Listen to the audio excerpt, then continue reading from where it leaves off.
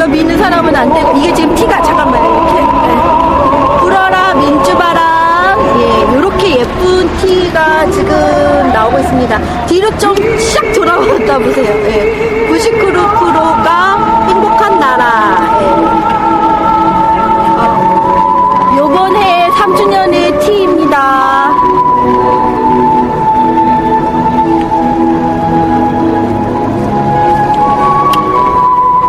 이따가 입을게요.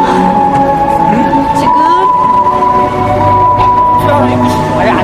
이쪽하고 저쪽에서는 노무현 대통령의 그 플랜카드랑 쌍용 큰 플랜카드 같이 보이고요. 저쪽에서 이따가 상영을 할 거예요. 노무현 대통령 영상. 그리고 여기가 분향소. 여기가 이제 중앙관리위원회. 여기서 이따가 저녁 다 되면 여기서 분향을 할 겁니다. 사진 좀 보여드릴게요. 이쪽에서도 지금 이렇게 사진전을 하고 있습니다.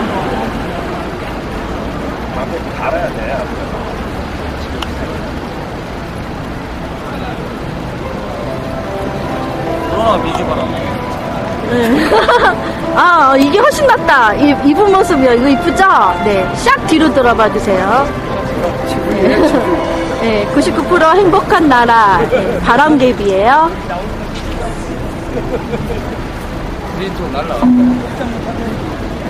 젊었을 때 노무현 대통령. 자전거를 타고 가시는 노무현 대통령.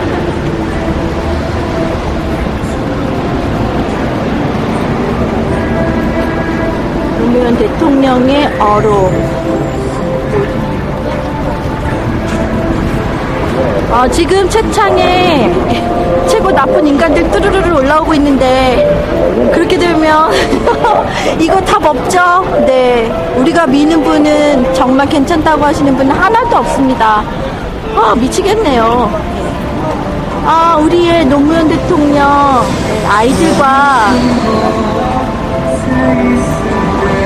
아이들과 즐거운 한때를 보내고 있습니다.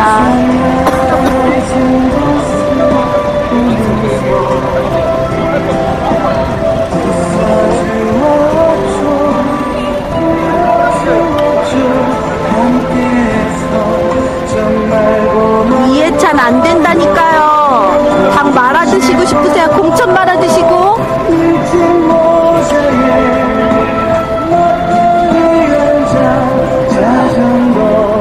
인재가 없어요. 한마디로 말해서. 누군가는 돼야 될 텐데. 걱정입니다. 이렇게 말해놓고 더 걱정되네요.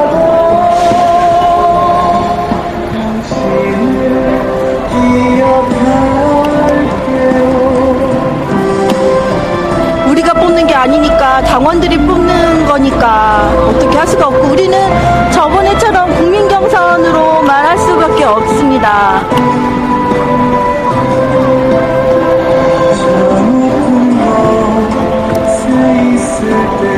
밀실야 얘기 나오고 있죠? 네. 무슨 말 하시는지 다 알고요. 문재인 대통령, 지금 대권 주자가 문재인, 손남규, 지금, 또 몇 명이 더 있는 가운데서 지금, 노무현파라고 하는 분은,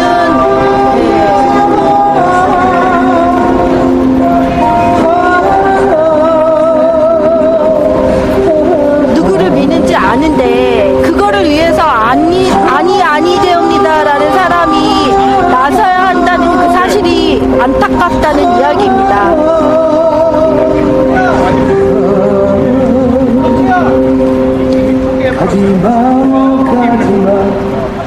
왜 이정권님은 민주당 내에서 왜 이렇게 지지 기반이 없는 겁니까? 이거는 완전히 지금 통합진보당이 당권 싸움처럼 되듯이 어느 당이나 세력은 있게 마련입니다. 그래서 그 세력들이 좌지우지를 하고 있기 때문에 그것이 오르락 내리락 요랬다 저랬다 하는 그런 게 있는 건데, 안타깝습니다.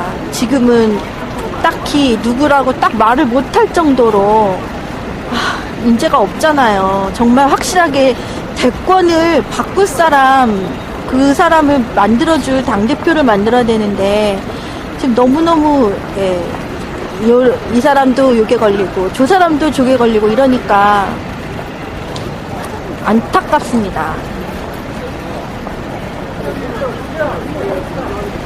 그런데 누군가는 또 해야 하는 것이고, 최선책이라고 해서, 또 어차피 우리들의 반영보다는 전에 두고 보셨듯이, 당원들의 입김이 세지는 거기 때문에 우리가 왈가왈가 해봐야 정말 되는 게 없거든요. 내가 대의원되는 수밖에 없는데, 참 뭐라고 말씀을 드리기가 못하게 민주통합당 내도 답답하고 진보당 내도 참 답답합니다. 안녕하세요. 몸 좀 괜찮아요? 그렇죠 뭐. 그래도 저보다 많이 좋아진 것 같아요. 좀 쉬어서 좀 내려놨어요. 방송을 조금 좀 내려놨어요. 그러니까. 차선으로 해야 돼. 해찬들 칼날투님.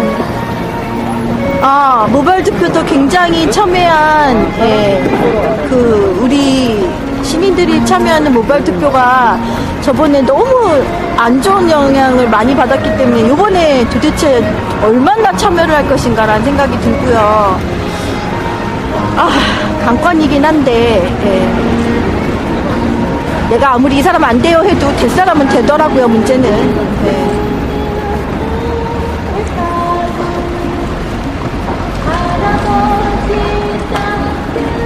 이거를 보세요. 이항구가 트윗에 노무현 잘 되졌다 이렇게 했죠. 잊지 말아야 합니다. 사람을 이렇게 죽여놓고 총칼로만 죽인 것이 아니라 말려 죽인 건데, 그리고 그거를 너무 마음 아파하신 노무현 대통령이셨는데 나이 측근들이 다 이렇게 힘들다는 거에 마음 아파하셨던 분이신데 그 육성이 나왔죠. 그 분이신데 결국은 죽여놓고서 잘 죽었다, 잘 되졌다 이렇게 하는 이런 한 나라의 당 원내 대표라고 그래야 되나요? 이런 나쁜 놈의 새끼. 트윗에서 난리가 났죠.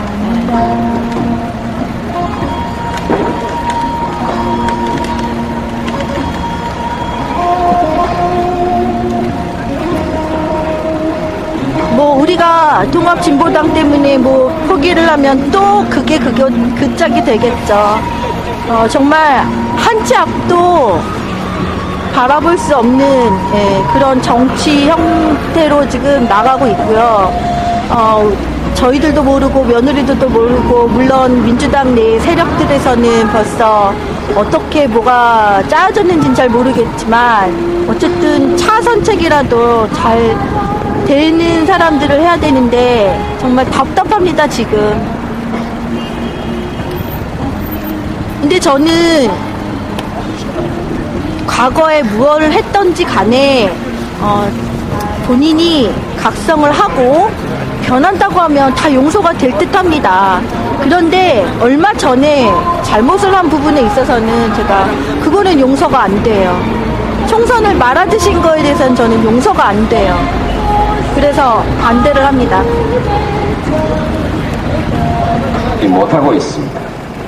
이는 일본이 독도를 자기 영토라고 주장하고 그 위에서 독도 기점까지 고집하고 있기 때문입니다. 독의 해저지명 문제는 배타적 경제 수역 문제와 연관되어 있습니다. 배타적 수역의 경계가 합의되지 않고 있는 가운데 일본이 우리 해역의 해저지명을 부당하게 선점하고 있으니 이를 바로잡으려고 하는 것은 우리의 당연한 권리입니다. 따라서 일본이 동해 해저 지명 문제에 대한 부당한 주장을 포기하지 않는 한, 그리고 배타적 경제 수역에 관한 문제도 더 미룰 수 없는 문제가 되었고 결국 독도 문제도 더 이상 조용한 대응으로 관리할 수 없는 문제가 되었습니다. 독도를 분쟁 지역화하려는 일본의 의도를 우려하는 견해가 없지는 않으나 우리에게 독도는 단순히 조그만 섬에 대한 영유권의 문제가 아니라 일본과의 관계에서 잘못된 역사의 청산과 완전한 주권 확립을 상징하는 문제입니다. 공개적으로 당당하게 대처해 나가야 할 일입니다. 존경하는 국민 여러분, 이제 정부는 독도 문제에 대한 대응 방침을 전면 재검토하겠습니다. 독도 문제를 일본의 역사 교과서 외고 야스쿠니 신사 참배 문제와 더불어 한일 양국의 방사청산과 역사현실, 자주독립의 역사와 주권 수호의 차원에서 정면으로 다루어 나가겠습니다. 물리적인 도발에 대해서는 강력하고 단호하게 대응해 나갈 것입니다. 세계 여론과 일본 국민에게 일본 정부의 부당한 수사를 끊임없이 고발해 나갈 것입니다. 일본 정부가 잘못을 바로잡을 때까지 전 국가적 역량과 외교적 자원을 모두 동원하여 지속적으로 노력해 나갈 것입니다. 그 밖에도 필요한 모든 일을 다 할 것입니다. 어떤 비용과 희생이 따르더라도 결코 포기하거나 타협할 수 없는 문제이기 때문입니다. 저는 우리의 역사를 모독하고 한국민의 자존을 저해하는 일본 정부의 일련의 행위가 일본 국민의 보편적인 인식에 기초하고 있는 것은 아닐 것이라는 기대를 가지고 있습니다. 한일 간의 우호관계, 나아가서는 동아시아의 평화를 위태롭게 하는 행위가 결코 옳은 일도, 그리고 일본에게 이로운 일도 아니라는 사실을 일본 국민들도 잘 알고 있을 것이기 때문입니다. 우리가 감정적 대응을 자제하고 냉정하게 대응해야 하는 이유도 여기에 있습니다. 일본 국민과 지도자에게 간곡히 당부합니다. 우리는 더 이상 새로운 사과를 요구하지 않습니다. 이미 누차 행한 사과에 부합하는 행동을 요구할 뿐입니다. 잘못된 역사를 미화하거나 정당화하는 행위로 한국의 주권과 국민적 자존심을 모욕하는 행위를 중지해 달라는 것입니다. 한국에 대한 특별한 대우를 요구하는 것이 아니라 국제사회의 보편적인 가치와 기준에 맞는 행동을 요구하는 것입니다. 역사의 진실과 인류사회의 양심 앞에 솔직하고 겸허해지기를 바라는 것입니다. 일본이 이웃나라에 대해서, 나아가서는 국제사회에 이 기준으로 행동할 때 비로소 일본은 그 경제의 크기에 알맞는 성숙한 나라, 나아가서는 국제사회에서 주도적인 역할을 할 수 있는 국가로 서게 될 것입니다. 국민 여러분, 우리는 식민지배의 아픈 역사에도 불구하고 일본과 설린 우호의 역사를 새로 쓰기 위해서 부단히 노력해왔습니다. 양국은 민주주의와 시장경제라는 공통의 지향 속에 호혜와 평등, 평화와 번영이라는 목표를 향해 전진해왔고 또 큰 관계 발전을 이루었습니다. 이제 양국은 공통의 지향과 목표를 항구적으로 지속하기 위해서 더욱더 노력해야 합니다.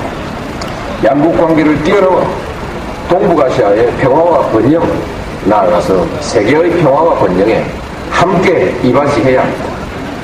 그러기 위해서는 과거사의 올바른 인식과 청산, 주권의 상호 존중이라는 신뢰가 중요합니다. 일본은 제국주의 침략사의 어두운 과거로부터 과감히 털쳐 일어나야 합니다. 20세기, 21세기 동북아의 평화와 번영, 나아가 세계 평화를 향한 일본의 결단을 기대합니다. 그리고 이쁘게 보면 이쁘겠지요. 이쁘게 봐주십시오. 제가 오늘 딱 먹고 하고 싶은 얘기 한마디 하겠습니다. 야, 기분 좋다.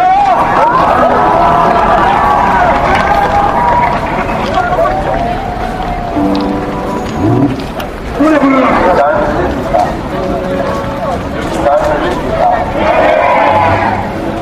좋은 데 가면 못 피고, 그죠?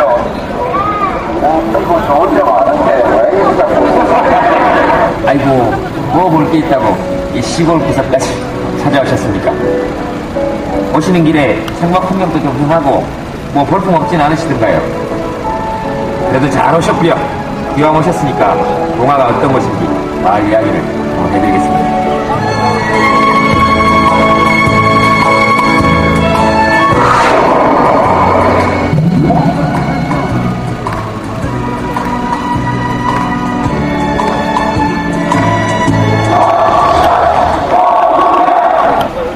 봉화로 다시 돌아오던 날이 떠오릅니다.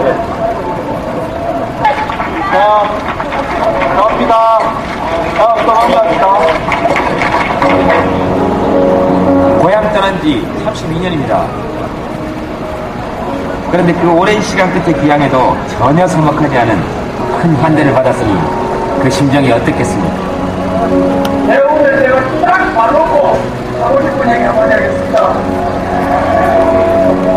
야, 기분 좋다!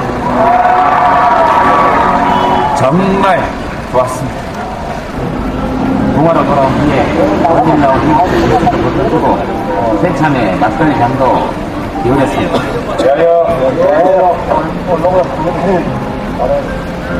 대통령의 짐을 내려놓고 여느 시골 마을 할아버지처럼 손녀 태워서 눈길 달리는 이 기분 헤아리실 수 있겠습니까?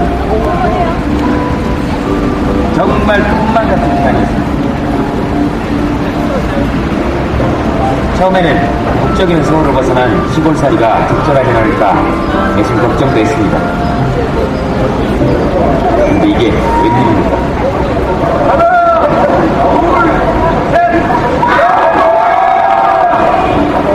날이면 날마다 어쩌면 그렇게 찾아오는 분들이 많습니까? 시도 뒤도 없이 얼굴 보여달라, 목소리 들려달라. 일할 때는 욕을 따다가 해서 일어나고 노니까 좋대요. 밥 먹다가 말고 회의하다가 말고 하루에 12번 인사 나간 적도 있습니다. 손님이 되도록이면 적게 와야 손님이 오시는 대로 사투할 때 충분히 받거니 하고 청와대 쌀 때보다 어째 몸이 더 고달프다고 우스갯소리도 하고 싶지만 찾아와 주신 한 사람 한 사람 너무도 반갑고 고마웠습니다. 정말 이게요 팬 서비스 이게 쉬운 일이 아니에요. 대동인대가 당선될 때는 우리 헌법에 맞추고 난 뒤에 애프터 서비스까지 하라 이런 법이 없었어요. 그래서 이제 그만두고 난 게 이게 생겨가지고 예전이나 지금이나 봉화는 대단할 것 없는 작은 시골 마을입니다. 하지만 굳이 서울을 떠나 고향 봉화로 돌아오자 했을 때는 사실 몇 가지 꼭 이루고 싶은 일이 마음속에 있었습니다. 좋은 날을 가면 서울과 지방이 함께 잘 살아야겠지요. 그런데 봉화는 농사도 짓지 않고 볼거리 하나 건전하지 않은 그저 그런 시골 마을이었습니다. 자연 환경조차 어릴 때와는 많이 달라진 풍경이었습니다. 봉화 마을의 적주는 화포천. 근데 화포천 상권은 아주 끔찍했습니다. 공장에서 내보낸 폐수, 생활 옷들이 부족해서 물속에는 쓰레기만 가득 차 있었습니다. 야, 이대로 분치는 아무것도 할 수 없겠다는 생각에 쓰레기를 거들어 나섰습니다. 야 이게 완전히 보내고 완전이다. 이거는 여기가 완전히 그대로 와야 되는데 폐 그물과 쓰레기는 모두 걷어냈고 원래 폐수 버리는 사람은 없나 직접 자전거 타고 나가서 감시도 했습니다. 전직 대통령이 이렇게 유난스럽게 나서니 여러 사람들이 연달아서 고생 진짜 많이 했습니다. 그랬더니 얼마 후 기적이 일어났습니다. 짧은 시간에 내린 것만으로도 강물은 놀랍게 맑아졌고 새들은 귀신같이 알고 찾아오기 시작했습니다. 깨끗해진 물속에 새들의 먹잇감이 많아졌기 때문입니다.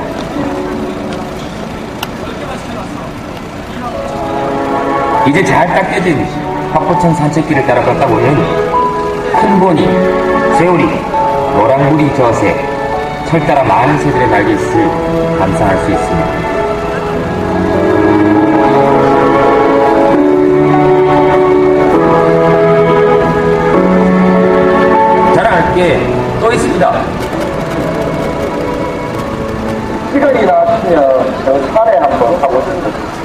그 산이 낮으면서 높은 산이랍니다. 150m가 안 되니까 낮은 산인데 올라가면 사방 5천미가 다 보이니까 높은 산이죠. 아주 그 올라가면 아주 높은 산에 올라오는 그런 느낌을 받습니다. 봉화산은 조선시대 봉수대가 있던 산입니다.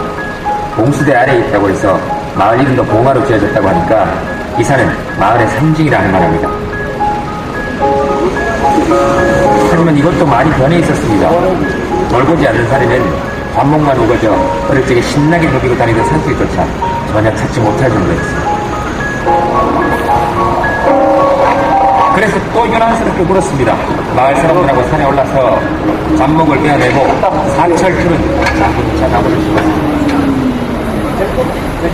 나무 원래는 시골에 그래도 나의 설득 말아가지고 나의 설득 고향은 감나무가 죽은 마을이 이제 등산로도 잘 정비해두었으니 편안하고 즐거운 마음으로 봉화산에 오르십시오. 무엇보다도 가장 전망 좋은 사자바위를 꼭 권하고있습니다. 왜냐하면 사자바위에 서야만 봉화마을의 가장 뿌듯한 풍경, 바로 봉화 들녘을 온전하게 보실 수 있기 때문입니다. 이 들녘의 농사꾼은 농민들만이 아닙니다. 2008년부터 끊어놓은 오리와 원원이가 해충을 잡아먹고 잡초를 제거하며 벼농사를 되어들고 있습니다. 봉화를 친환경농법의 생태마을로 가꾸기 위해 시작한 일입니다. 저놈들은 왔다 나가라 일하러 가는 데 하지만 처음에는 주민들 반대가 심했습니다. 오리농법은 거기보다 손이 많이 가서요. 먼저 시도한 다른 지역에서도 꼭이 있을 정도였습니다. 오지만 안 나올 정도는 옆에 가면 돼. 하루에 논에 두 번 따놓고 농사 제초제 몇 번 뿌리면 간단한 일을 아침 저녁으로 풀었다가 가뒀다가 사실 진짜 고생이 많았습니다. 그래도 고집스럽게 밀어붙였습니다. 다행히 주민들도 결국엔 뜻을 따라 이겼습니다. 각지에서 온 자원봉사자들이 일손을 거둬준 것도 큰 힘이 됐습니다. 그해 가을 드디어 첫 수확 어렵사리 되던 친환경쌀이 폭발적인 홍 속에 모두 달려나갔습니다. 그리고 놀라시면 안됩니다. 25,000평에서 시작한 봉화의 생산농업은 3년 만에 20회 무려 50만 톤으로 늘어났습니다. 인근 마을에서도 속속 참여하기 시작했습니다. 지금은 마을 안에 방앗간도 크게 짓고 고금의 농약을 사용하지 못하게 철저한 품질 관리를 하고 있으니 믿고 드셔야 이제 봉화는 대한민국 친환경 농업의 상징이 되었습니다.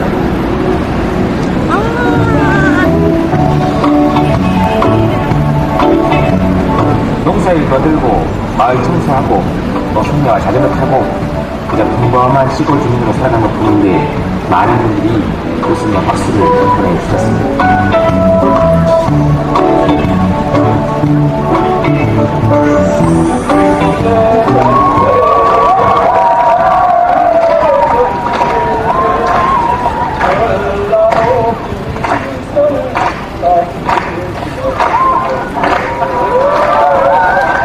정말 즐거웠습니다. 현직에서는 여러 쓰린 얘기도 들었지만 현직 대통령으로서는 넘치는 사랑을 받아서 감사했습니다. 2009년 4월 22일 그걸 비슷하게 하고 내가 알고 모르고 이런 소리라는 것은 이 의미가 없이 다 내놓잖아. 나는 모아산 같은 존재 300개 있어. 모아산이 큰 산맥에 인들에게도 산맥이 못 있고 딱 올라서 있는 노출된 산. 새로운 삶의 목표를 가지고 돌아왔는데 내가 돌아온 것은 그것을 떠나기 전에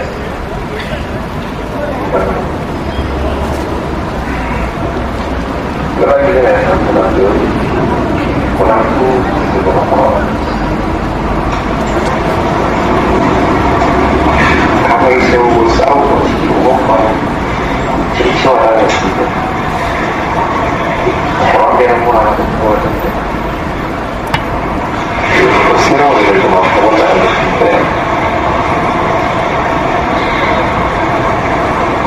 여기 살 때 최대 관심사를 먹고 살아가셨어요. 근데 그 뒤에 많은 성취의 목표들이 바뀌어왔지만 또 바뀌어왔지만 마지막에 돌아왔을 때 새로운 목표를 가졌다. 지금 딱딱지 못하고 먹고 사는데 그 한 사람 그 수준으로 돌아와도 그때 어릴 때 끊임없이 희망이 있었는데 지금 희망이 없어.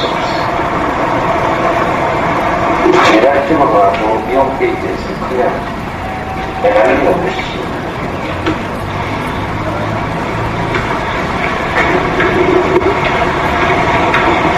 이 전세가 기울은 전세가 기울어버린 전장에서 마지막 옥죄하겠다는 그런 생각을 같았습니다. 전략적으로 옳지 않아요. 대세가 기울어진 싸움에서 빨리 빠져나가야 돼요. 협곡에 조금만 성취하는 거가 또 다른 것을 도망가야 돼요.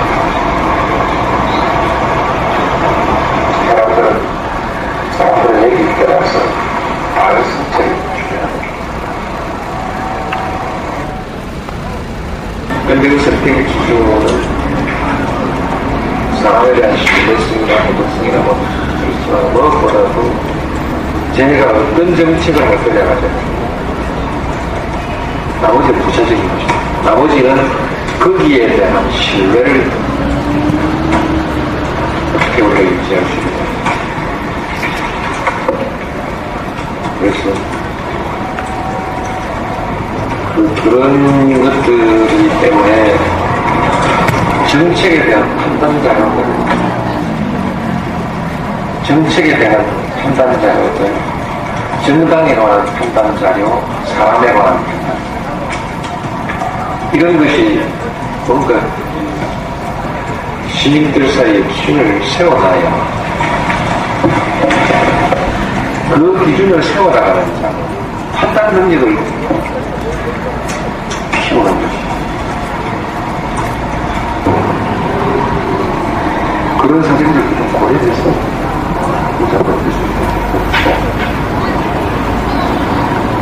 문제는 전망을 가지고 사람마다 전망을 가지고 자기 전망을 가지고 또 그러면서 이게 공동체가 얼마나 참여한 거냐 이것이 나와야 하는데 일 자체가 전망이 바뀌지 않으면 조직의 전망도 조직의 전망, 개인의 전망도 반드시 개인의 전망과 조직의 전망 이런 것을 놓고 일의 전망 이런 걸 놓고 좀 단편하게 단편하게 이 정도 합시다. 하나씩 정리를 해나갑시다. 이 말은 지금 미완성으로 요번에 다시 공개된 마지막 육성 녹음한 것입니다. 비록 그것이 정의라 할지라도 비록 그것이 진리라 할지라도 권력이 싫어하는 말을 하는 이 사람은 또한 진리를 통해서 권력에 저항했던 사람들은 전부 죽을 거예요.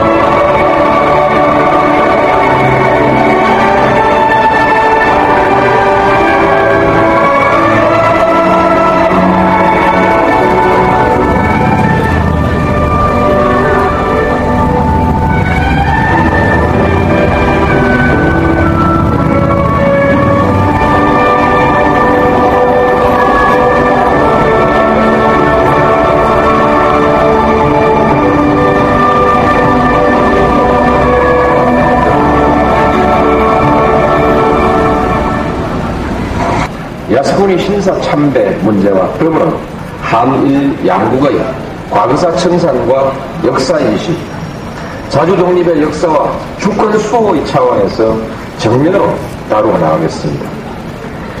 물리적인 도발에 대해서는 강력하고 단호하게 대응해 나갈 것입니다.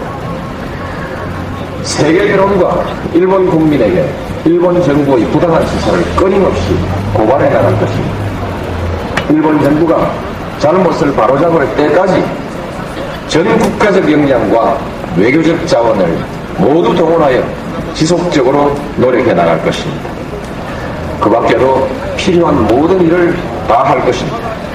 어떤 비용과 희생이 따르더라도 결코 포기하거나 타협할 수 없는 문제이기 때문입니다.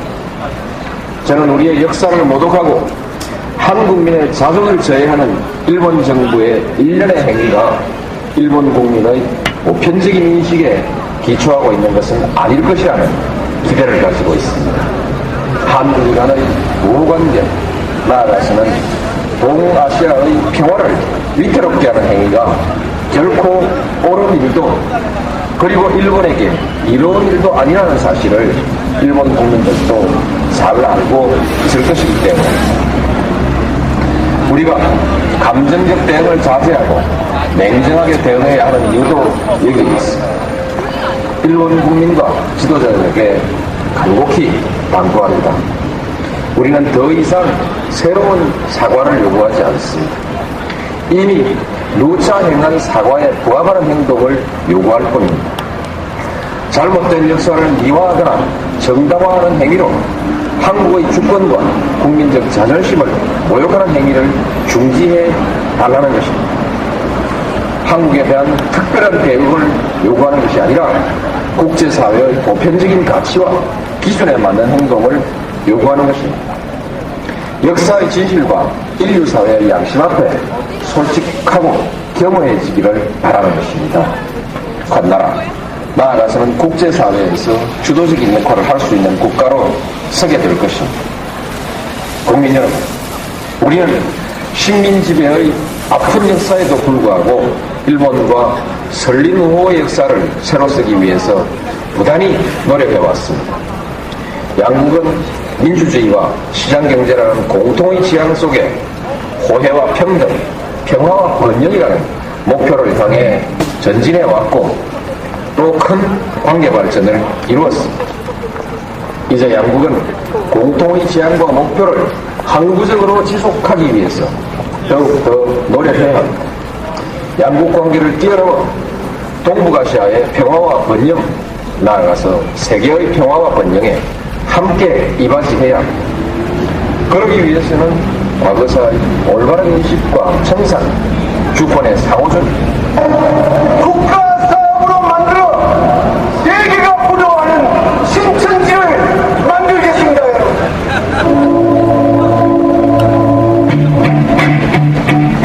존경하는 국민 여러분, 저는 여러분이 걱정하는 마음을 만드는데 매진하겠습니다. 국민 여러분 다시 신년을 기울여 제복의 수입으로 국민께 어려움을 해왔습니다. 앞으로 정부는 더 낮은 자세 제복의 수입 세심하게 하겠습니다. 제가 오래전부터 저기가 부르던 육과의 관계회복 대문화 사업도 이제는 인기 늦었지만 인기 시위대 방송과 함께 어려운 일제가 뿔을 높이 들수 가혹스러웠습니다. 제복이 수입에 중화된 정부로서는 광우병 대감이 부족했습니다. 시가절 합동명 국민 여러분 국자를 만드는 게 하겠습니다. 이제는 인기 대문화 사업도 나왔습니다. 국정에 부족한 점은 국민 여러분 다시 육설 제복이가 가까이 국민께 다가가겠습니다. 이제는 인기 대문화 사업도 나왔습니다. 국정 초기에 부족한 점은 국민 여러분 다시 촛불 행위를 이유 결코 없도록 할 것입니다. 최선을 다하겠습니다. 감사합니다. 많은 국민들께서는 걱정을 하고 계신 줄로 알고 있습니다. 정말 들으면 들을수록 우깁니다. 무엇보다도 더없습니다. 그러나 저는 대통령으로서 제 자신의 입을 지키고 미래를 생각하지 않을 수가 없었습니다. 저와 정부는 국민 어떻게 목소리도 이럴까요? 다들 미래가 걱정스러울 수밖에 없습니다. 앞으로 정부는 국민들이 원하지 않는 배우나 사업 반영하고 있습니다. 국민 여러분께 감사합니다. 섣불로 뒤집어졌던 소리 희망의 빛이 똑똑할 것입니다. 신기 있지 말라 똑똑할 것입니다. 촛불 집회에 참여한 것은 똑똑할 것입니다. 이제는 영주 대문화 사업도 끝나고 국정축구 부족한 적은 국민 여러분의 탓입니다. 역상 쇠고기가 가까이 국민께 다가가겠습니다. 이제는 영주 대문화 사업도 끝나고 국정축구 부족한 적은 국민 여러분의 탓입니다. 촛불의 행을 이깁니다. 결코 어떡할 것입니다. 최선을 다하겠습니다. 감사합니다. 아, 진짜. 영주를 살리고 대단히 어렵습니다. 국제 경제 여건이 대단히 어렵습니다. 문제가 대단히 어렵습니다. 감사합니다. 감사합니다. 아우, 감사 안 해도 되니까 내려가라, 제발. 대한민국 4대강은 생태계를 더 보호하고 환경을 살리는 그러한 강으로 태어났습니다. 여러분 이거 이야기 해드리겠습니다.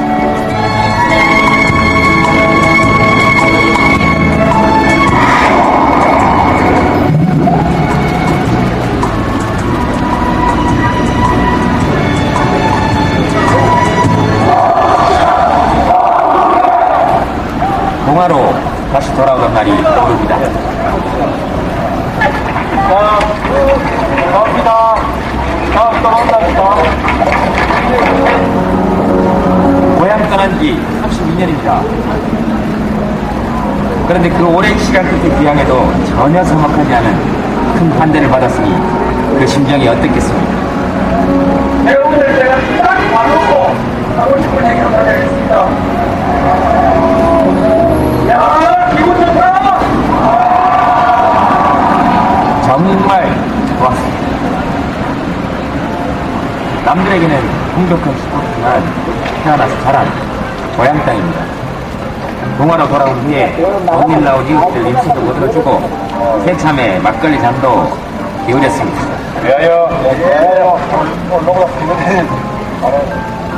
대통령의 짐은 내려놓고 여느 시골 마을 할아버지처럼 손녀 태워서 농길 달리는 이 기분 헤아리실 수 있겠습니까? 정말 꿈만 같은 시간이었습니다. 처음에는 북적이는 서울을 벗어난 시골살이가 적절하지 않을까 내심 걱정도 했습니다. 근데 이게 웬일입니까? 식사하셔야지. 날이면 날마다 언제면 그렇게 찾아오는 분들이 많습니까? 시도 없이 얼굴 보여달라, 목소리 들려달라. 이럴 때는 욕을 잡아라 해서 이러는 거 오니까 어때요? 밥 먹다가 말고 회의하다가 말고 하루에 12번 이상 말하게 되었습니다. 손님이 되도록이면 적게 와야 손님이 오시는 거 우리 반응이 하고 청와대 살 때보다 어째 몸이 더 고달프다고 우스갯소리도 하고 싶지만 그래도 꾸준히 50명은 있네요. 너무도 반갑고 꾸준히 50명은 고마웠습니다. 정말 이게요 팬 서비스 이게 쉬운 일이 아니에요. 대통령 내가 당선될 때는 우리 헌법에 맞추고 난 뒤에 애프터 서비스까지 하라 이런 법이 없었어요.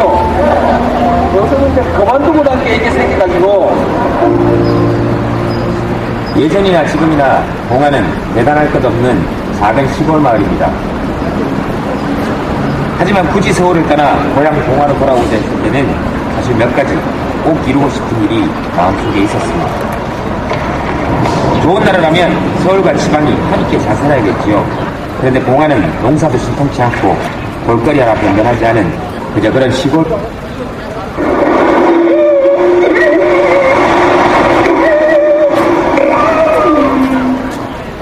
뒤에 사람 안 보이는데 뒤에 사람.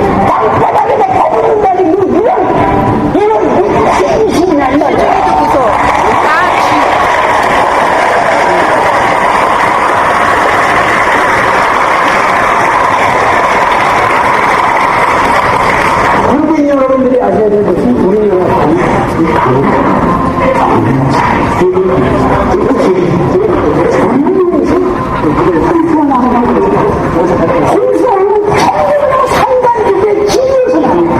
그리고 돈 없는 불쌍한 사람들이 사는 곳에서 이런 소식이 그리고 이 애들의 친수지어 이런 게 문제지. 나는 그거가 이제 보는 거 문제야. 아, 진짜. 서민들은 집 한 채 마련하기도 힘든데 MBC가 봉이라서 노영과 제시의 이름으로 두 채를 가지고 자기 이름으로는 김재철의 이름으로는 한 채를 가지고 있다고 하니 어이가 없습니다. 김재철 마누라가 있는 거 아닌가요? 투기 강풍이 불었던 지역이라고. 아, 글쎄 말이에요. 이 정도면, 이렇게 시끌시끌할 정도면 부인이 가만히 있지 않을 텐데. 아, 내일 봉화에서는 추도식이 2시라고 하네요. 예, 참배객이 한 분이 오셔서, 예, 무릎 꿇고 지금 참배를 하고 있네요.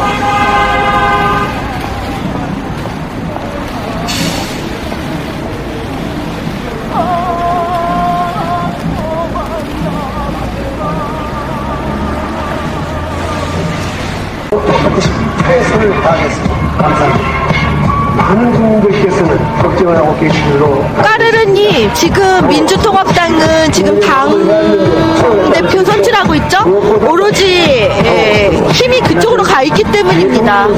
제 자신은 근데 분명히 말을 하지만 진보를 분열시키고 나 후에는 이렇게 당원 면부 빼가서 노무현 대통령이 원칙과 상식을 얘기하시고 돌아가셨는데 이렇게 3년 만에 나라는 거덜이 났다니까요. 민주주의는 뒤로 물러났고요.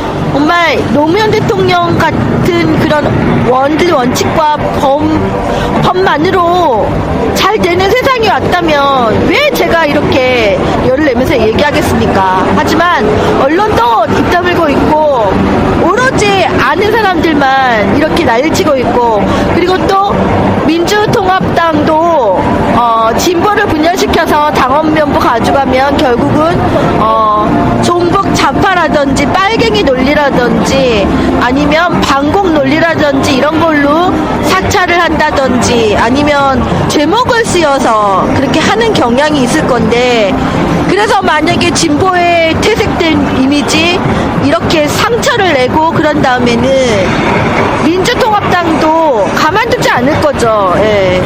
그 집권을 하기 위해서, 정권 재창출을 하기 위해서, 독재 정권을 세우기 위해서 이런 친미하는 뉴라이트, 또 그 일본 구구에 그런 돈을 받아가면서 큰 사람들이 우리나라의 그 야당을 가만두겠습니까? 옛날에 박정희도 그랬고 전두환이도 그랬습니다. 야당 가만히 뒀습니까? 죽여버렸죠. 또 그런 시대가 옵니다. 그렇기 때문에 이거는 민주주의가 뒤로 갔어도 한참 멀리 뒤로 간 것입니다. 오늘 노무현 대통령 3주년 여기 대한문 추모 시민 분향소인데 정말 노무현 대통령이 더 그리운 건 노무현 대통령만큼 그래도 국민을 생각하는 대통령이 없기 때문에 노무현 대통령이 더 보고 싶고 절실하지 않을까 싶습니다. 정말 시급합니다. 언론이 바로 서야 합니다. 언론 지금 파업하시는 분들 꼭 부대 이기셔서 올바른 언론을 꼭 지켜주시기 바랍니다. 저도 물론 힘을 못해주겠지만 여러분들도 많은 힘을 못해주시기 바랍니다.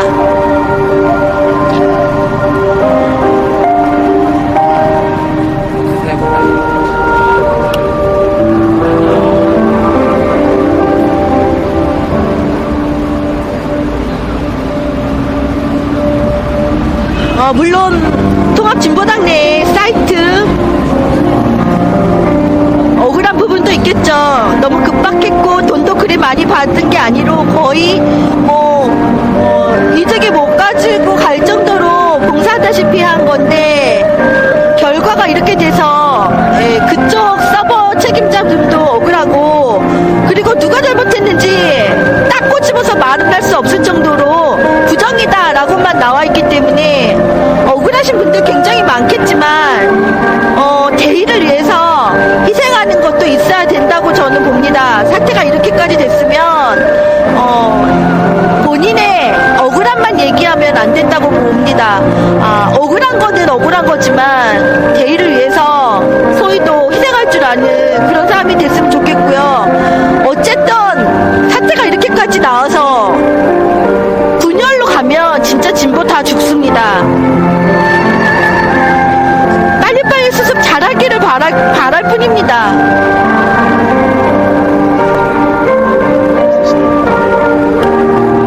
이 늦은 시간에도 간간히 참배객들이 오고 있죠. 지금 명통이나 신고하시는 줄 알아요? 여기 지금 안에서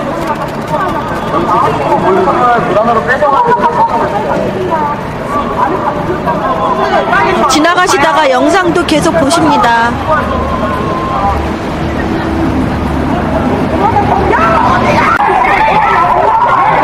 그렇죠. 지리적으로 힘든 부분도 있으실 테고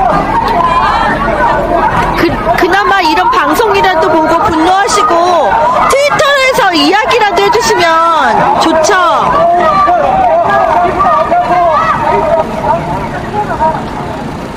서울시 그 용역 깡패들이 세입자들을 내쫓는 그거 영상으로 보여드리고 있습니다. 이런 세상이 안 되었으면 좋겠습니다. 옷 다 찢겼네요.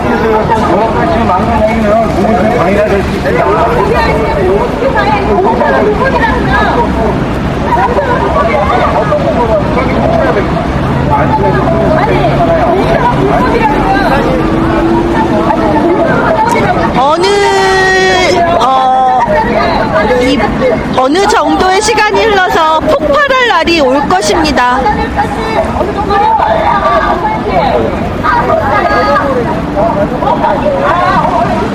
대한문 앞입니다. 분향소는 대한문 앞에 설치되어 있습니다.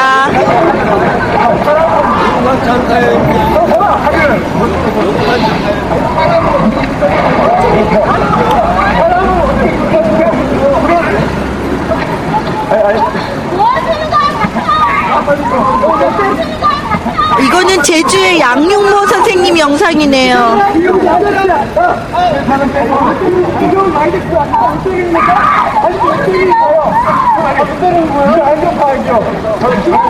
트위터로도 진짜 홍보를 좀 많이 해주시고요.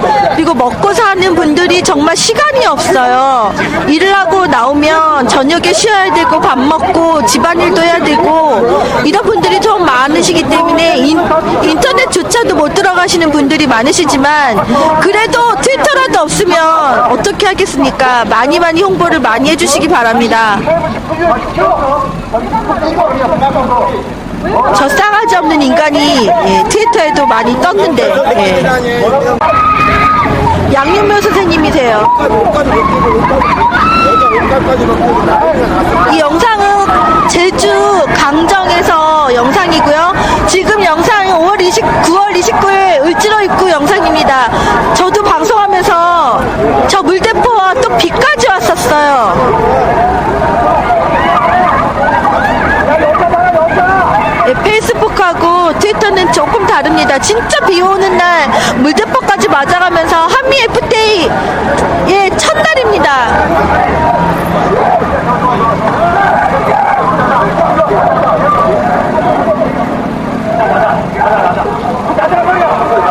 정말 우리 4년이 어떻게 지나갔는지, 민주주의는 뒤로 후퇴를 얼마나 많이 했는지 모릅니다. 을지로요. 한미 FTA 체결한 첫날. 여기서 개판합니다. 한미 FTA 첫날이에요. 전날 진짜 방송도 꺼지고 우산은 잃어버리고 가다가 막 학생들한테 걸려서 또 카메라 박살 나는 줄 아는 날입니다. 이건 반값 등록금 영상이네요. 학생들이 끌려가면서 외치는 영상이죠.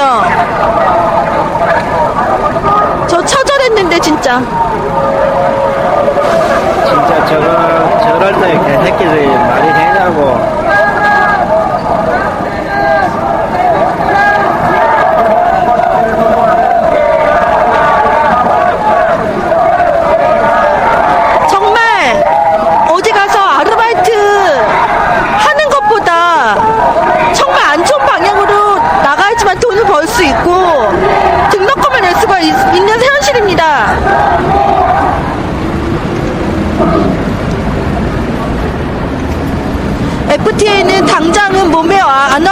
있습니다. 하지만 안 와 닿는다고 우리가 모를 수는 없는 겁니다. 미래가 어떻게 되리라는 거는 다른 나라에서도 이미 겪은 일이기 때문에 우리가 미리 예상을 하고 제재를 해야 하는 거죠. 이거는 정말 2008년도의 촛불 모습입니다. 저 알아요, 저거. 예. 2008년도 촛불 영상입니다.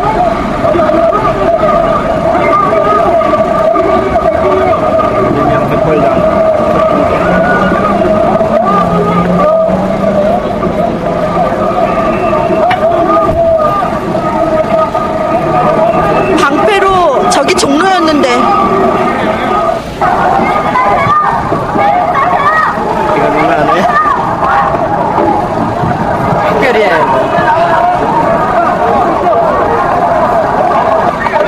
FT 광우병도 예, 얼마 있다가 어떻게 될지 모르는 일입니다.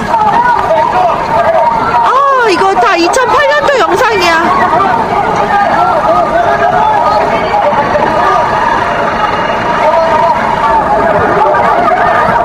저 때는 저는 노트북 갖고 방송했을 때예요.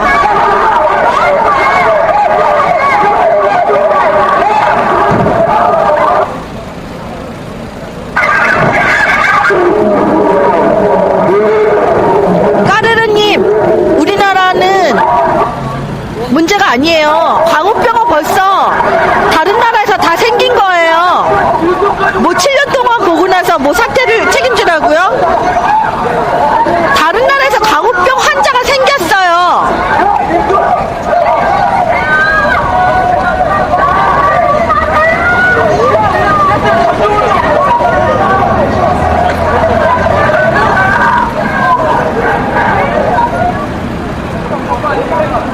(2008년도) 이건 종로다.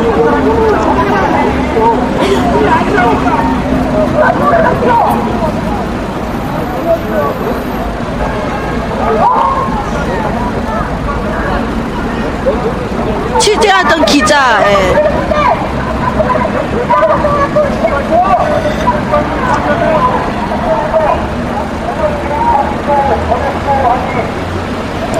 주아라고 촛불방에 유명한, 예.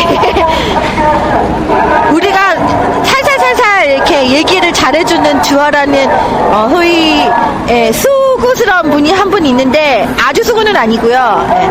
수구도 지향을 하는 그런 주아입니다.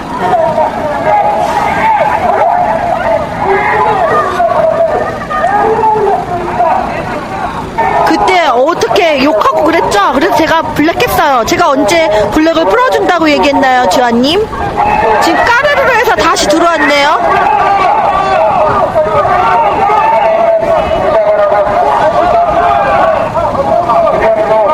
정말 4년이 주마등 같네요. 맨날 경찰과 저런 까만 옷들, 네, 방패. 저 때는 제가 정말 노트북 하나만 가지고 다닐 때라서 영상이 정말 기록용은 아니었어요. 네.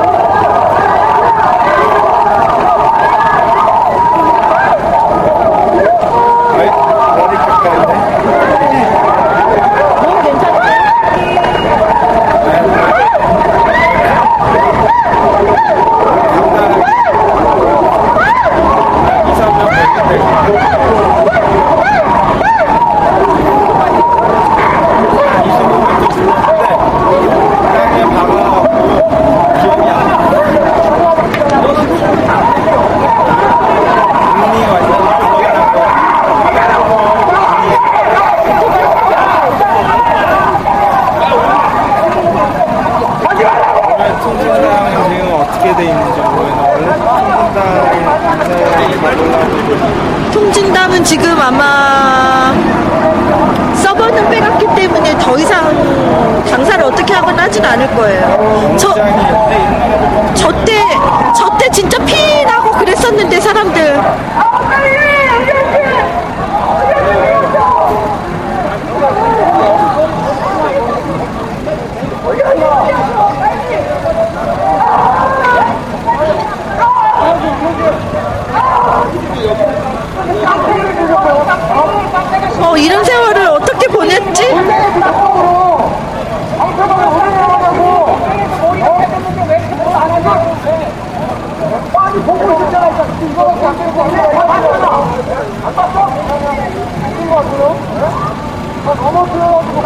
그 영장이 일요일까지 나왔다고. 당원들이 자기 당 명부를 지키고자 한 거는 위법이 아니죠. 그러니까 내 말, 그 압수수색 영장 기간이 하루 이틀이 아니고 요번 일요일까지. 웃기는 거죠, 그러니까. 뭐 언젠가는 또 당사를 습격을 할 수가 있다는 거네. 그러니까 당사를 계속 지키고 있기는 있을 거예요, 아마. 근데 학생들 지키고 있는데 그 어제 근데 그 우리가 좀 갈려 있으니까 이게 당원 명부를 빨가기 쉽다고 생각하고 나는 라이트 코리아가 뭐길래 그 사람들 말 듣고 어떻게 검찰하고 경찰이 움직이는지 웃기지도 않아.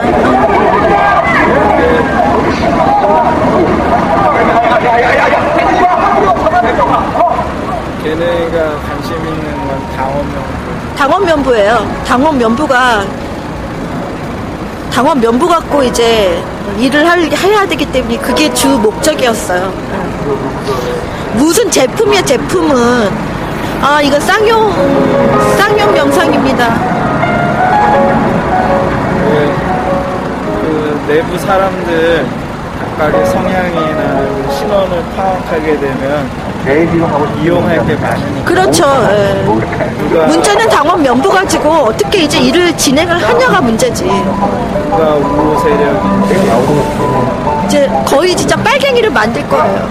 아, 이거 공장 안에서 주먹밥 먹는 그거 상황입니다.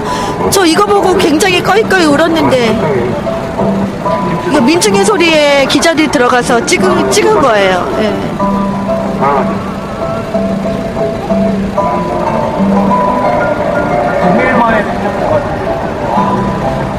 다른 건 다 듣겠는데.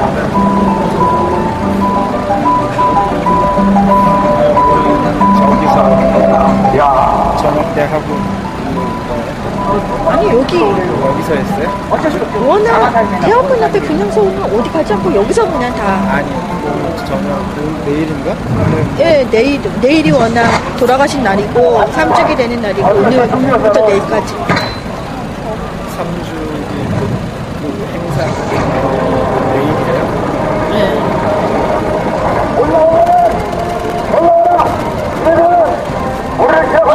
나는 이거 볼 때마다 이거는 정말 살인입니다. 아직도 감옥에 계시는 분이신데 이분들은 아직도 어둠 속에 계시는데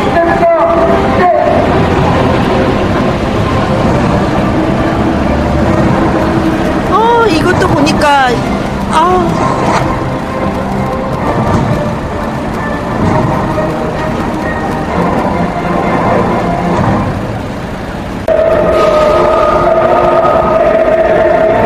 밤 늦은 시간에도 간간히 시민들이 오셔서 참배를 하십니다. 노무현 대통령님 왜 일찍 가셨어요? 정말 왜 일찍 가셨어요?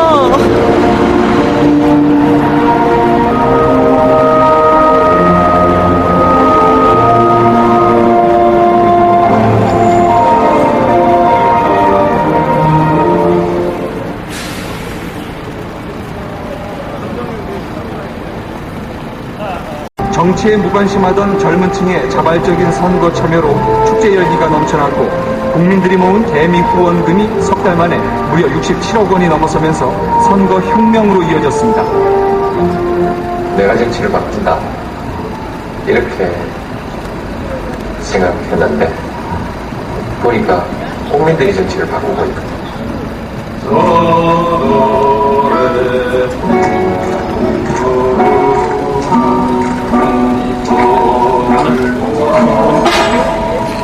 노 전 대통령 특유의 감성 정치도 표심을 움직이는 데 한몫했습니다.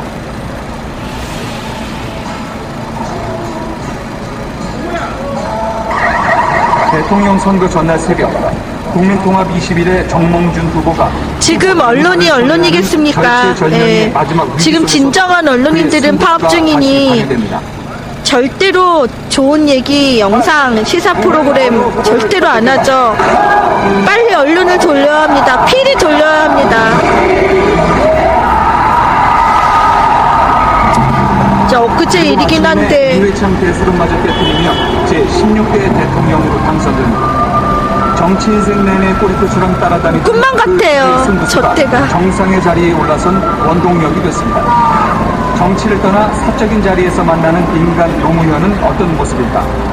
그를 지근거리에서 지켜봐왔던 인사들은 노 전 대통령의 원칙주의자로서의 성향, 그리고 타격을 넘나드는 소탈함이 사람을 끌어당기는 힘이었다고 기억합니다. 목욕탕을 같이 갔었습니다. 물 틀어놓고 왔다 갔다 하니까 옆에서 대통령 보시다 못해가지고 그 젊은이 물 좀 끄고 하면 안 되나? 라고 얘기를 하시더라고요. 근데 그 젊은이 덩치가 이랬어요. 그거 보면서 저도 목욕탕 가면 그런 부분들 열심히 봅니다만 저는 그렇게 못하고 저는 백구님의 의견에 반대합니다. 뭐 승리하지 않았다고 해서 저런 그 순간에 한이나 그리고 하셨던 일들이 묻혀지는 건 아니라고 보고요. 뭐든지 성공도 있고 실패도 있는 것은 맞습니다. 하지만 그 과정 또한 중요하다고 봅니다. 그 과정이 오르면 그건 인정해 드려야 된다고 저는 생각을 하고요. 비록 실패를 했지만 우리나라 역사에서 이건 있을 수밖에 없는 또 실패일 수 있다고 저는 생각을 합니다. 우리나라는 어쩔 수 없는 환경이기 때문에, 그리고 그 친일파들의 그 청산을 못한 역사이기 때문에, 그리고 미국과 일본의 아직 속국에 지나지 않기 때문에 어쩔 수 없는 실패였다고 저는 봅니다. 하지만 정말 우리가 그런 본질을 깨뚫고 이거를 극복을 한다면 진정한 승리를 언젠가는 이룰 수 있다고 또한 저는 생각합니다. 노무현 전 대통령의 취임 첫 해, 그는 우리 사회의 뿌리 깊은 권위주의와 서열주의부터 우리가 정말 힘들죠. 참여정부의 지금 이 시간에도 정치 환경이나 우리 지금 대선을 앞두고 있는 상황에서 40대 여성 정말 힘든 건 맞습니다. 법무부 장관을 전격 기용합니다. 우리 멘붕도 빠졌고요. 장 장관은 당시 검찰총장보다 정치인들은 정말 정신을 아직도 못 차리고 있는 건 현실이고요. 그럼에도 불구하고 저는 비판을 하기보다는 우리가 어떻게 잘할 수 있을까, 그 방향을 봐야 된다고 생각합니다. 그 서열주의를 존중할 의무는 없습니다. 그럴 이유는 없습니다. 가장 궁극의 목적은 친일 청산을 해야지만 모든 것이 바뀌어지는 것이고, 검찰의 불만이 역사를 바로 세워야지만 생중계되는 나라가 바로 설 수 있다는 겁니다. 파격 행보를 이어갔습니다. 힘든 일이지만 해야 하는 과정이고요. 아슬아슬한 말들이 긴장감을 고조시키기도 했습니다. 대통령에 취임하시기 전에 부산 동부지청장에게 청탁 전화를 하신 적이 있습니다. 이쯤 가면 막 하자는 거죠. 막 가자는 거죠. 네. 우선 일이 되면 양복 토론을 할 수밖에 없습니다. 청탁전은 아니었습니다. 이후 노 전 대통령은 검찰을 권력으로부터 해방시키겠다고 선언했습니다. 검찰과 함께 권력의 그래서 제가 말씀드리잖아요. 힘든 일이지만 역사 바로 세우기를 하지 않는 이상은 우리 자손들에게도 똑같은 역사가 되풀이 된다고 말씀드리잖아요. 그 예가 유신공주 박근혜로 또 과거로 회귀를 하고 이명박이라는 사람으로 회귀를 하고 있지 않습니까? 이 정권이 계속 이런 식으로 위에서 친일 정권 이 사람들이 계속 잡고 있고, 일본 구급파들이 돈으로 우리나라를 야금야금 먹고 미국의 속국이 되어가는 이 나라에서 역사를 바로 세우지 않는 이상은 우리에게 답이 없다니까요. 힘든 일입니다. 하지만 해야 하는 일이기도 한다는 거죠. 소수의 그래서 저는 이런 역사관을 가진 정치인이 정말 나오기를 바랍니다. 검찰의 대선 자금 제가 못하고 여러분들이 못하기 때문에 그런 능력을 가지신 분이 올라와야 된다고 생각을 하는데, 정말 민족적인 특별한 의식을 가진 분이 되셔서 역사 청산을 하여야만 나라가 그나마 변할 수 있다고 저는 생각합니다. 이와 같은 불미스러운 일이 생긴 데 대해서 힘들지만 해야 하는 일입니다. 사죄드립니다. 아울러서 책임을 지려고 합니다. 여러 가지 국민들의 불신에 대해서 국민들에게 제 신임을 묻겠습니다. 그러나 재신임 카드는 정치권의 반대와 헌법상의 문제로 무산되고 맙니다. 한나라당등 야당은 그를 더욱 몰아붙였습니다. 2004년 3월 12일 백호님, 그러니까 역사를 바로 세우기 위해서는 바른 역사를 우리 후손들에게 알려줘야 되고요. 역사의 검증을 꼭 해야 한다는 거죠. 부 2표 대통령 노무현 탄핵 소추안은 선포합니다. 네, 탄핵을 주도를 했죠.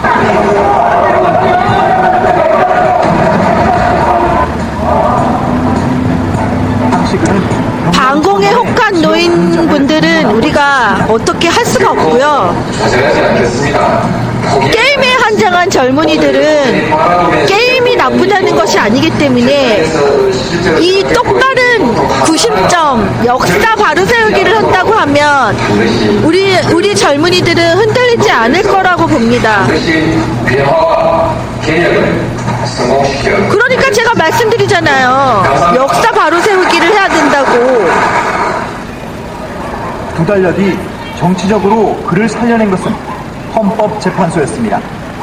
탄핵 결정에 필요한 재판관을 정족 수에 늘지 못하였으므로 이를 제가 4년 동안 촛불 들면서 절실하게 느꼈던 거는, 우리나라의 문제점은 생각한다.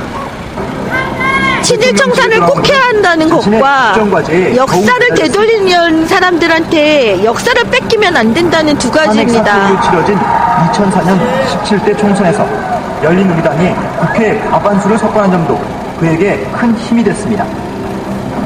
국가보안법과 사립학교법 개정, 나는 이명박을 사람으로 안 보고 쥐새끼로 보기 때문에 욕을 하겠습니다. 특히 과거사법을 통해 국가정보원과 국방부, 경찰 등이 저지른 조작 은폐 사건들의 진실이 새롭게 드러나기도 했습니다. 사람 같아야 사람 대접을 해주지요. 실질적인 삶입니다. 그게 땀 냄새 나고 눈물이 섞이고 때로는 피가 뚝뚝 흐르는 것이 역사입니다.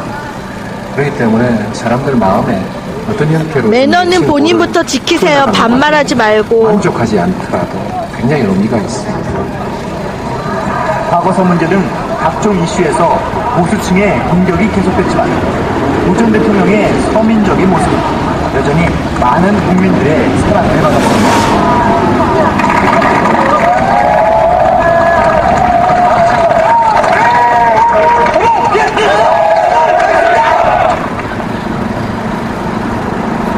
그런데 2005년 이후 그의 부동산 정책이 시작되면서 서민들의 마음은 조금씩 흔들리기 시작했습니다.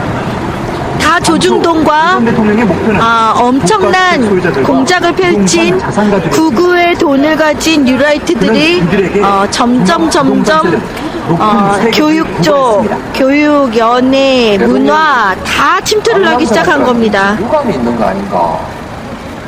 결코 그렇지 않습니다.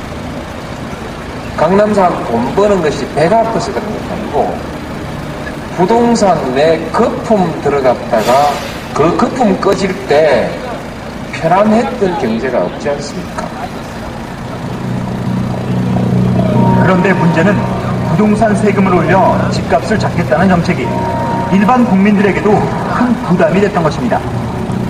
그는 직접 해명에 나섰지만 서민들 IM 피턱을 보시면 가라앉지 않았습니다. 극우 세력들이 정치 장악하고 돈을 어떻게 모아서 그 돈을 가지고 우리나라와 세계적으로 마술을 뻗치는지에 대한 글이 있습니다. 상위 20% 아니다. 이 다른 나라들은 다 거부를 하고 있는데 우리나라는 지금 극우의 돈을 다 받았습니다. 대외 정책에서도 대표적인 게 뉴라이트고요. 보수층 모두에서 비난을 받았습니다. 우선 지난 47년간 미국이 갖고 있던 한반도 전시작전 통제권은 우리 군이 저 전시작전권 돌려준 거 보고 열받아서 정말 안보 불안을 이유로 원로 군 장성들의 반대 성명이 이어졌지만 그는 자신의 뜻을 굽히지 않았습니다. 미국한테 매달려가지고 바지가랑이 매달려가지고 백호님 사람 지금 젊은이들이 게임에만 한정한 게 아니죠. 노래 한류라서 좋긴 한데 그래 안 보실 수가 있겠습니까? 고생이란 고생은 모르면서 돈은 쉽게 버는 거 많이 편하게 사는 거 많이 하고 스펙 많이 쌓고 인격은 안 쌓고 제일 문제는 그것입니다. 게임을 해서 올바른 방향으로 가면은 게임이 나쁘다고 할 수가 없어요. 적당히 하면 되는데 게임의 팬은 빠진다는 거죠. 그게 문제인 거죠. 우리나라의 젊은이들의 문제는 지금 고생을 모른다는 것도 있지만 이 사회가 더 큰 그런 사회로 가게 만든다는 거죠. 스펙을 쌓아야지만 좋은 직장을 가고 결혼도 하고 살 수 있다. 그런 사회를 만든 이들을 욕해 주십시오. 젊은이들을 욕하지 말고요. 하야를 요구하는 목소리들이 터져나왔습니다. 그러나 그의 소신은 변함이 없었습니다. 고등학교 졸업한 것만 해도 되는데 왜 자꾸 대학 가라고 하냐. 대학을 안 가도 정말 행복할 수 있는 사회가 그래서 돼야 된다고 저는 얘기를 하고 있습니다. 어쩔 수 없이 통합되니까 그런 사회를 만든 게 우리입니다. 우리가 투표 잘못돼서 젊은이들을 그렇게 만드는 거예요. 보수층으로부터는 좌파로, 보십시오. 진보 세력으로부터는 우파로 내몰린 복지 얘기하는데 복지가 좋다는 거 알면서 복지를 포퓰리즘이라고 하잖아요. 설득하고 또 우리가 이런 대통령의 모습은 정부 관리들의 고등학교 나와서 잘 먹고 잘 산다고 하면 굳이 애써가면서 내 삶을 파괴해가면서까지 그거에 언연해하진 않겠죠. 아이들이 자살하는 이유가 뭔데요? 방향감도 없지만 너무 세상이 치달을 있고 아이들한테 그게 억압을 하는 그런 게 많아서 그런 거죠.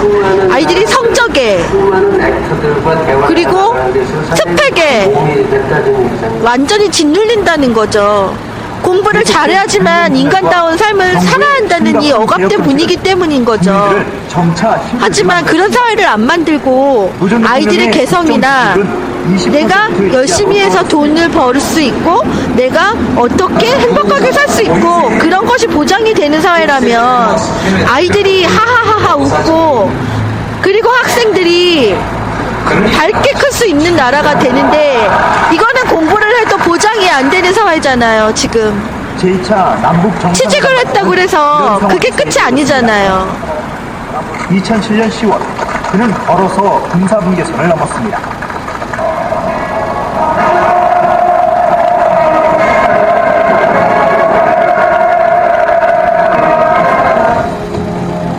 그런 사회를 우리가 투표로서 바꿔줘야 합니다. 적지 않았습니다.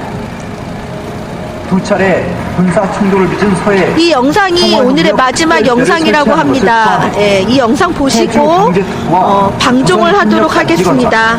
그리고 한강하고 공동 이용 등에도 전격 합의한 겁니다. 남북 경제 공동체 저는 당연히 풀어서 알기 쉽게 설명을 잘 해줘야 할 방송인의 의무가 있죠. 네.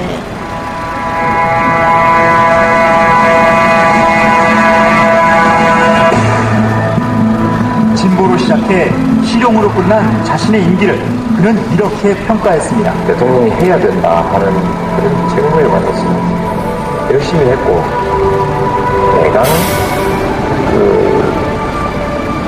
그게 남기지 않고 대단한 정의의 한동이라고 생각합니다. 또 거기에 대해서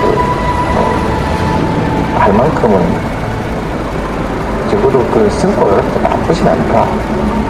우리 정치의 발목을 잡고 있는 가장 암적 요소들이 말하자면 지역분열입니다. 두 번째가 기회주의입니다.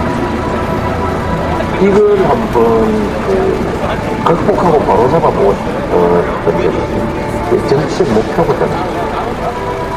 그 일은 거의 원칙으로 되돌아갈 것 같지 않습니까? 그래서 좌절감을 느끼는 것이죠. 서민의 고통을 잘 이해했던 대통령 노무현. 그래서 그는 서민 대통령이기를 원했습니다. 서민 대통령으로서 노무현 전 대통령이 이루고자 했던 꿈은 무엇이었을까요? 그리고 또 그가 우리 사회에 남긴 과제는 무엇일까요? 바보 노무현. 항상 쉬운 길과 타협하지 않고 바보처럼 어려운 길을 고집하는 그에게 붙은 별명이었습니다. 2000년 4.15 총선에 지고 난 다음에 노사모가 만들어지면서 인터넷 안에서 바보 노무현이라는 말이 늘어나가는 시점이 있었어요. 근데 그때 내가 부산에 도전해서 3번째 떨어졌으니까 기분 나쁠 수도 있는 이 별명을 생전에 노 전 대통령은 가장 아꼈습니다. 영원한 비주류이며 영원한 도전자였던 자신을 잘 표현했다고 믿었기 때문입니다. 내가 그동안에 사람들이 나한테 지금 대통령께서 마음에 드는 게 정치하는 사람들이 바보 정치대로 정치를 하면 나라가 잘 될 거라고 생각합니다. 예를 들면 바보 하는 게 그냥 좋아요. 이길 수 없는 줄 알면서 무모하리만큼 바보처럼 계속 부딪혔던 것은 지역감정이라는 벽이었습니다. 몇 차례 절체절명의 정치적 위기를 맞으면서도 끝까지 포기하지 않던 정치 인생의 화두였습니다. 제가 성취하고자 하는 것은 지역구도 해소입니다. 지역구도 해소는 하나의 과정일 뿐이고 우리 정치를 향상시키자, 재건축하자는 것입니다. 전국 정당을 표방한 열린우리당을 창당하고 선거법 개정에 목을 맨 것도 같은 맥락에서였습니다. 임기 말에는 개헌, 4년주민제 개헌을 다시 한번 제안하는 것이 나타났습니다. 즉, 대통령은 지역주의를 해체하기 위해서는 정치권의 제도적 개선이 가장 지름길이라고 현실정치인으로서 확신을 하셨던 것 같습니다. 노 전 대통령이 평생 심혈을 기울인 또 다른 개혁의 축은 권위주의 청산이었습니다. 탈권위주의는 그의 삶의 방식 그 자체였습니다. 최고 권력자의 자리에 올라서도 제왕적 대통령제를 청산하기 위해 부단히 노력했습니다. 대통령하고 저녁 약속 시간을 했는데 30분을 늦은 적이 있었어요. 대통령 약속에서 이렇게 늦은 국회의원이 군대 좋아졌다 이런 농담했던 크게 부담이 안 되는 그런 정도의 좀 편한 그런 모습이 기억이 납니다. 검찰과 국가정보원, 국세청 같은 권력기관의 정치적 중립화를 추진하며 반칙과 특권 없는 사회를 만들려 애썼습니다. 이런 권력기관들을 정치적으로 활용하지 않으려고 했고, 그뿐만 아니라 일정한 정도의 자율성이라든지 독립성을 보유하려고 애를 썼습니다. 사실 쉽지 않은 선택이었다고 생각이 들고요. 그리고 이런 모습은 서민 대통령이라는 이미지를 붙여줬습니다. 스스로 권력을 포기하는 그런 대통령을 역사상 찾아볼 수 없기에 국민들은 신기해하면서도 친근해했습니다. 퇴임 후 고향인 봉화마을에서 농사를 짓는 소박하고 정겨운 모습에 국민들은 박수를 보냈습니다.